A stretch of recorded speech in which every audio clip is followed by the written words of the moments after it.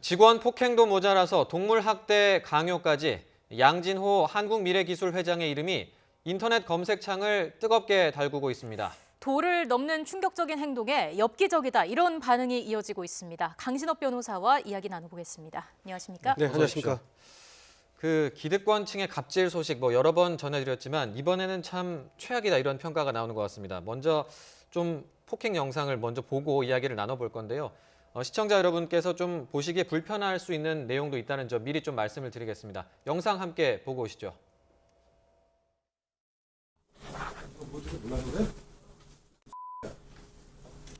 이거 지금 무서워?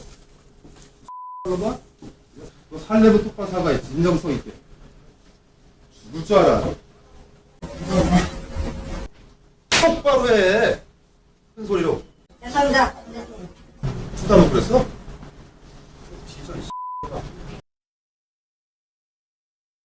그 글을 보고 나서 회장님이 어떤 자기 입장에서는 그게 좀 화날 일일 수도 있다고 저는 이해해요. 제가 지속적으로 비난을 한 것도 아니고 그 의견상에 제 글을 그냥 소신껏 적은 거예요. 회사에 있는 그 많은 사람들 앞에서 공개적으로 그렇게 망신과 그 혐오를 제가 느꼈으니까. 네, 보통 회사에서 일어날 수 없는 일들인 장면들이 나오고 있는 것 같은데 어떻게 보셨습니까? 글쎄 갑질 제가 많이 봤지 않습니까? 여기 나와서 얘기도 많이 했고 우리 국민들도 많이 봤을 텐데 역대급 기득권 갑질이라고 볼 수 있겠어요. 네. 왜 그러냐면 지금 저 장소가 특히 문제가 되고요. 그리고 방법이라든가 이런 것들이 과거에 보지 못했던 그런 어떤 갑질의 양상을 띠고 있는데요. 네. 저거는 어떤 인간에 대한 예의라고 하는 말이 있거든요. 네. 그거를 전혀 지키지 않았다라고 하는 그런 면에서 상당히 우리에게 충격을 주고 있고, 하여튼 매 맞는 지금 전 직원 말이죠. 네. 그 굴욕감이라고 하는 것이 어땠을지 상상하기 어렵습니다. 예. 그 조금 전에 피해자 인터뷰도 잠깐 나왔었는데 피해자 같은 경우에는 퇴사한 직원이었는데 지금 불려와서 저렇게 폭행을 당한 거잖아요. 왜 올 수밖에 없었던 겁니까? 네, 맞습니다. 저것이 이제 2015년 4월에 일어난 일이거든요.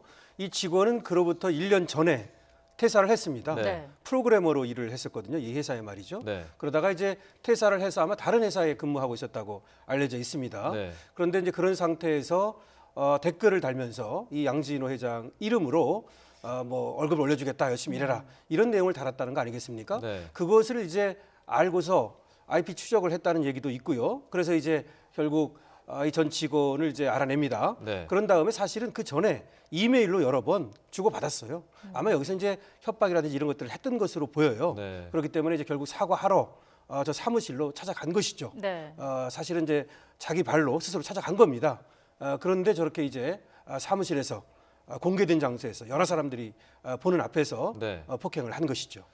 그 참 지금 보고 계신 영상이 양진호 회장이 찍으라고 시켜서 지금 찍은 걸로 전해지고 있잖아요. 네. 그 자기가 폭행하는 장면을 찍으라고 한 이유가 참 의문인데요. 어떻게 보십니까? 사실은 그것이 더 놀라운 것인데요. 저 찍은 사람이 누구냐면 임원이라고 그러는데요. 네. 저 양진호 회장의 전속 촬영 기사 역할을 하는 모양입니다. 그러니까 어떤 행사를 한다든지 이벤트를 한다든지 할 때 네. 회사를 찍는 것과 별도로 양진호 회장만을 찍는 그런 어떤 전속 촬영 기사를 둔 것 같아요. 네. 그런데 저렇게 이제 찍으라고 지시를 먼저 했다는 얘기거든요. 그렇다면 사실은 준비를 하고 또 대기를 하도록 해야 되는 그런 과정이 필요하기 때문에 저것은 일부러 저렇게 찍어가지고 아마 이제 두 가지 면으로 보이는데요. 네. 하나는 나중에라도 저 피해자한테 다른 방법으로 또 굴욕감을 준다든지 네. 내지는 피해자를 협박한다든지 그런 방법으로 쓰려고 했던 것 같고요.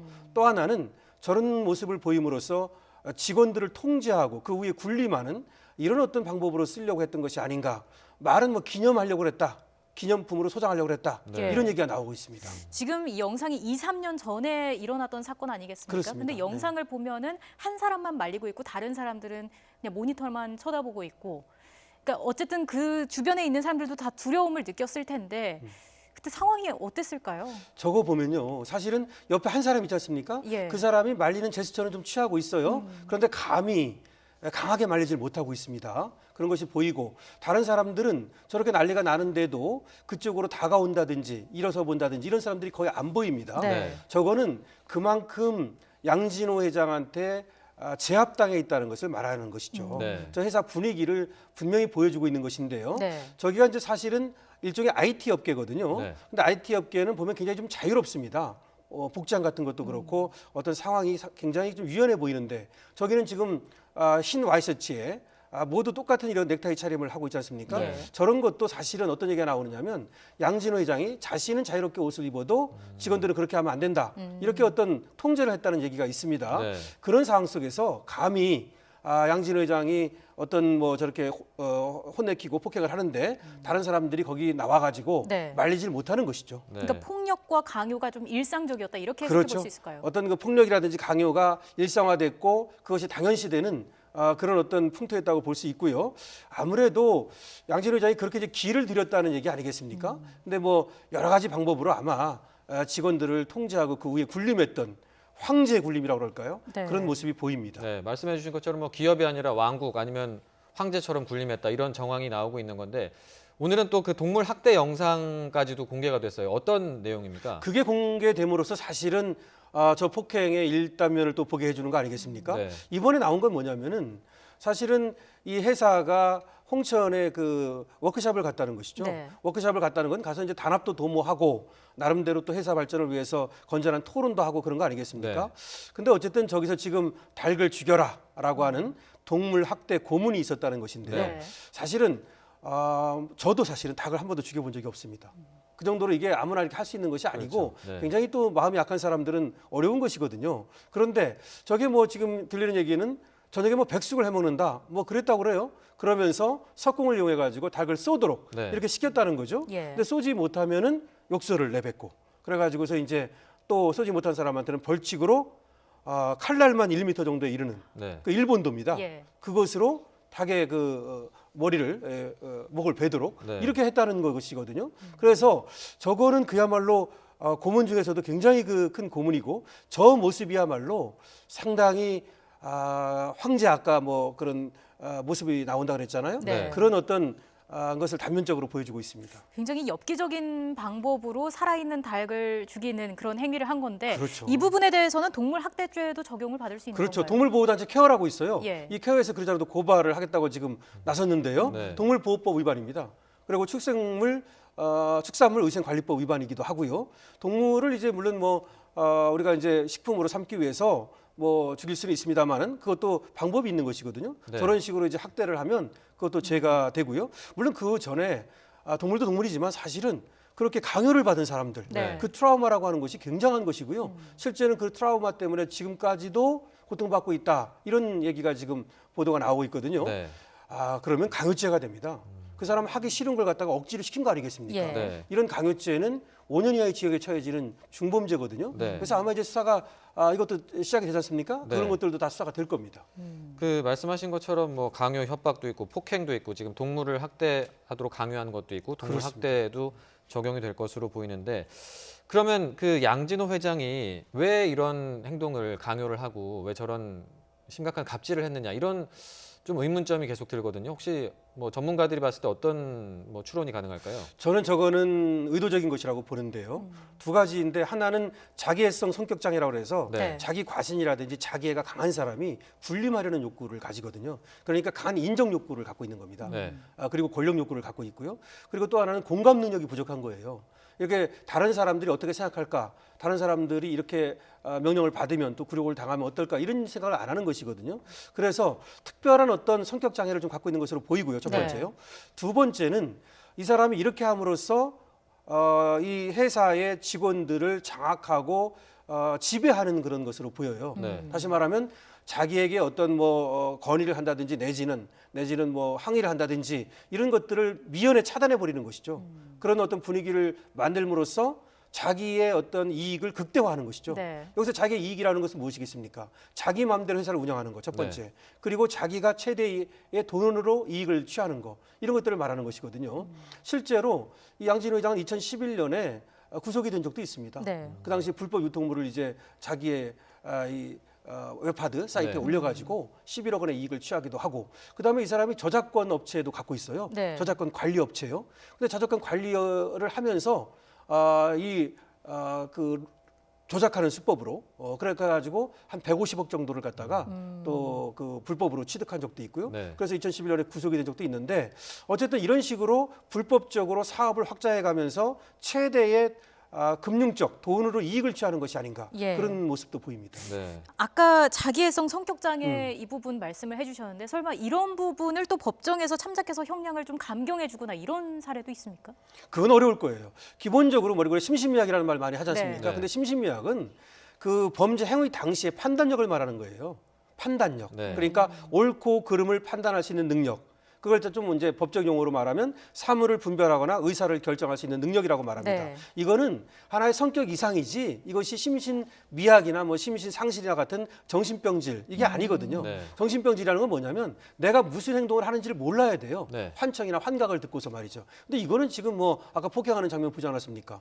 협박하는 장면 보지 않았습니까? 근데 뭐 너무나 그 잘 알고 이렇게 뭐 폭행을 하는 것이기 때문에 당연히 처벌받아야 하고요. 예. 그다음에 뭐 아까 닭을 죽여라 내지는 또 그거 말고도 염색을 하라고 예를 들어서 또 염색 고문을 한 것도 있어요. 네. 한 40대 50대 된 사람한테 반찬을 먹단 말이죠. 이 반찬이 빨간색입니다. 그러면 이 빨간색을 보고서 당신 빨간색으로 물들여봐. 네. 뭐 이런 식으로 지금 얘기, 화면에 나가고 예, 있는 뭐 이런 저 식으로 얘기를 장면이죠. 하는 네. 것이거든요. 한번 보십시오. 40대 50대 된 사람이 자기 하기 싫은데 저렇게 초록색으로 물들이고 빨간색으로 물들이고, 저는 저걸 보면서 정말 직장생활 하기 힘들구나 이런 생각을 합니다.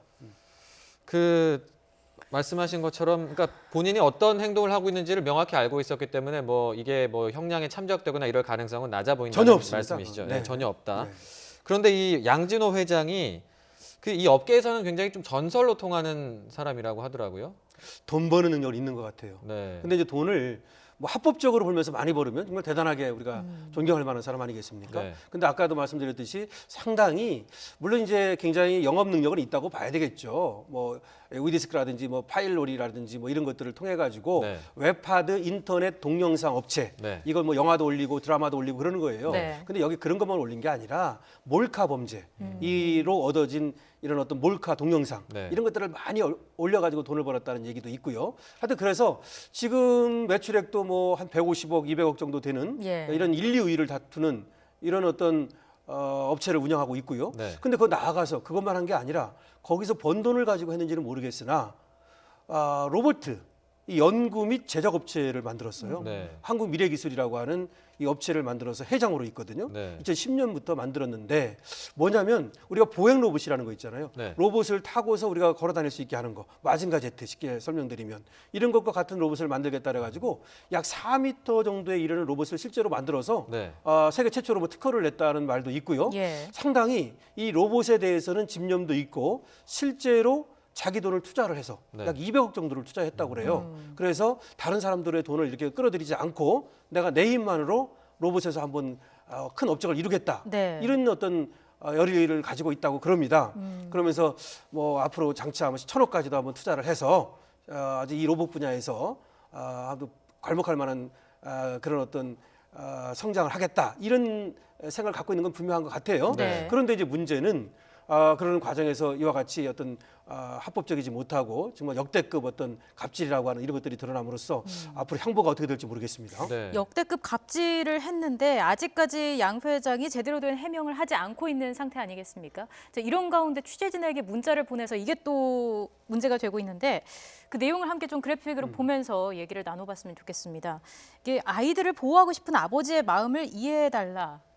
이런 내용을 보냈습니다. 예, 양진 회장한테 이제 인터뷰를 요청한 거죠. 예. 그랬더니 2, 3일 뒤에 미리 문자를 주면 뭐 그때 한번 응할 마음이 있다 이렇게 얘기를 하면서 네. 저희 집에 아직 어린 아이들이 있는데 아이들을 보호하고 싶은 아빠의 마음을 공감해 주시길 부탁드린다. 자신은 공감을 잘 못하면서 지금 공감을 요구하고 있습니다. 예. 네. 저렇게 이제 답변이 오고 사실상 잠적한 것 같아요. 전화가 안 맞는답니다. 저는 문자만 이제 달랑 왔다는 얘기죠. 네. 근데 아무래도 이제 일단 피하고 보자 뭐 이런 얘기 같은데요. 저렇게 피하고 나서 이제 대응책을 강구할 것으로 보여요. 뒤로는 이제 변호사를 선임한다든지 내지는 자신이 가지고 있는 네. 어떤 뭐 권력이나 돈이나 이런 것들을 이용해서 이 법망을 빠져나가려는 뭐 그런 시도를 할 것으로 보여지는데 네. 그렇지 않아도 지금 어떤 얘기가 있냐면 도대체 양진호라는 사람이 어떤 사람이길래 저렇게 백주대낮에 예. 수많은 직원들이 보고 있는 사무실에서 저렇게 폭행을 할 수 있는 것이냐. 밤도 아니고 몰래도 아니고. 또 하나 이렇게 워크숍을 가가지고 그와 같은 그야말로 독재자나 할 수 있는 옛날 뭐 네로나 할 수 있는 네. 좀 과장을 하자면 말이죠. 그런 어떤 강요를 하고 요구를 할 수 있는 것이냐라고 하는 것이에요. 그래서 여기에 대해서 어떤 얘기가 나오냐면 이 취재 지금 한쪽에서 보면은 비호 세력이 있다. 네. 이런 얘기가 나오고 있는 겁니다. 그래서 사실은 2년 전에 이런 폭행죄라든지 이런 문제가 있어가지고 신고가 됐다고 그래요. 그리고 신고 말고도 여러 가지 진정이 들어갔답니다. 네. 그리고 팩트도 많이 밝혀지고 증언도 있었고 왜 그러냐면 저 정도 되면 말이죠. 설사 신고가 안 들어간더라도 이 경찰이 뭐 하는 곳입니까? 신고가 오기를 기다리는 곳이 아니에요. 인지수사라 그래가지고 네. 뭐 어떤 범죄가 일어나고 있나 이런 것들을 늘 보거든요.